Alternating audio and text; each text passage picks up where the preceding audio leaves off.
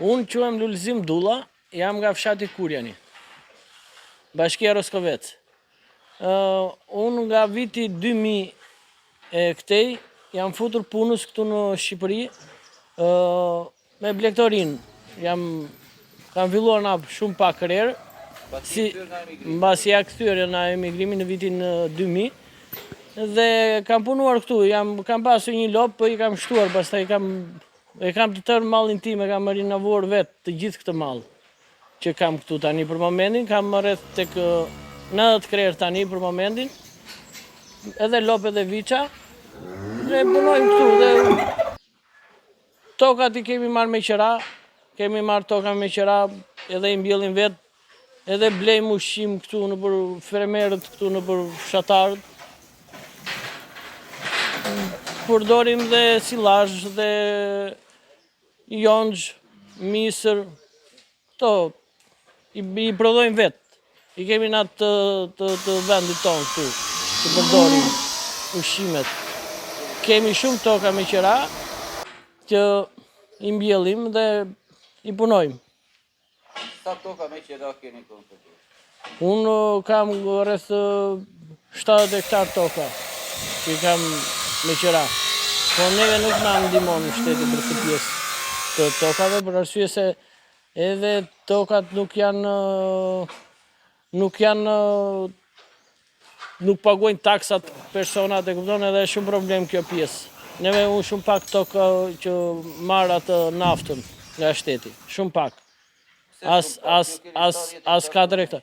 As 4-5 hektar nuk i marr. Po nuk i marr për arsye se nuk kanë paguar taksat fermerët që kanë tokat. Dhe njerë i kanë ikur, i kanë lënë tokat të tëra janë bosh tokat, se s'ka kusht i punoj. Se me ato çmime që janë tokat tani për shembull që ta punosh e ta frezosh vetë shumë kosto e lartë. Dhe prodhimi vjen shumë mall nga jashtë, për shembull gruri, misri, këto gjërat vijnë shumë. Tagjia, këto ushqimet e asaj të blegtorisë vinë nga jashtë, vinë shumë lirë. Dhe nuk të leverdis që t'i mbjellë shumë tokat. Atëherë ju keni 70 hektar tokë me qira. Është drejt ju mos të merrni subvencione për këto toka që ju i punoni? Kjo nuk është e drejtë, ajo dihet që nuk është e drejtë, po janë ca rregulla, ca ligje që duhet të kenë dhe për shembull paguar taksat ata. Asnjëri si ka paguar taksat nga këta fermerë që kam unë, që si kam bërë aplikimin për të marrë atë naftën.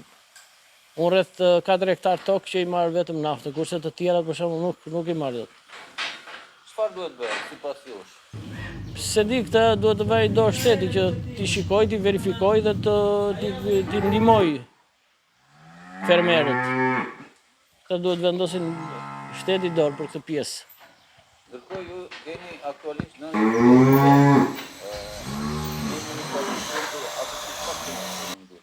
marrim rreth 600 litra.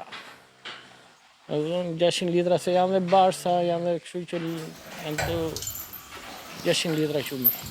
Ka një çmim të mirë për juve sot shumë që shisni? Çmimi, po thuaj se jo se është shumë i mjaftueshëm, se me koston për shembull të ushqimit tani për shembull dëngun e jonxhës ta marrësh me 8000 lekë edhe ta shesë qumshin për shembull me 700 lekë apo 800 lekë nuk ja vlen. Do të është një gjë që do të haj 3 në ditë. Neve produktet e importit na vrasin shumë për arsye se na ulin çmimi dhe na ulin kostot e prodhimit të ton. Se vjen shumë lirë nga jashtë. Kurse këtu te neve është shumë shtrenjtë dhe të tërat shpenzimet janë shumë të larta për blegtorinë. Dhe shteti duhet vënë dorë për këtë pjesë, për arsye se ushqimet të tëra që vijnë nga lart, siç e di gjithë populli, janë shumë lirë.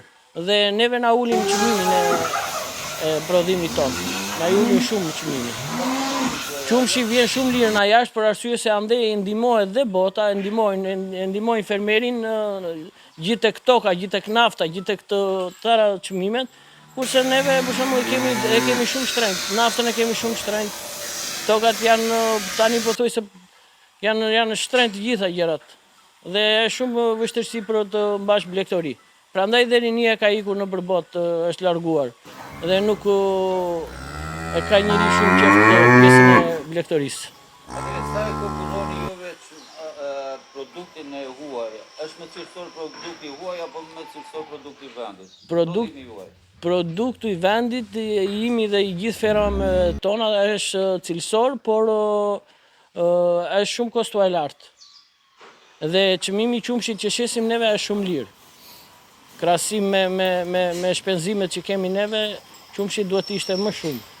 Për arsye se dhe shteti nuk i na ndihmon për qumshin, për këto gjërat, për tokat, vetëm atë për naftën që na japin dhe 100.000 lekë për krerë, për lop. 100.000 lekë për një lop.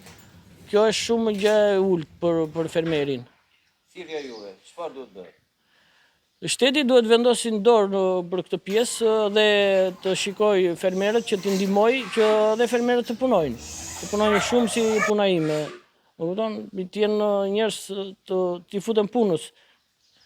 Këtu nuk ka, bileserinia ka ikur e tërë jashtë.